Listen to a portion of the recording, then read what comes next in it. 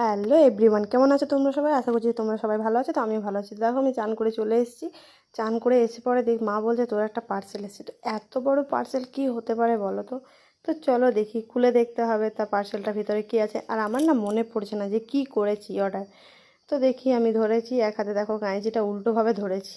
তো চলো, কাঁচিতে হবে না পালাও, আমি হাতে করে ঠিক খুলে নেবো। দেখো, তো এমন একবার টান মেরেছি তো খুলে গেছে। তো দেখি কী এসছে। ও আচ্ছা আচ্ছা, সেই যে ব্যাগগুলো অর্ডার করেছিলাম ছেলের জন্য, সেই ব্যাগ দুটো এসছে।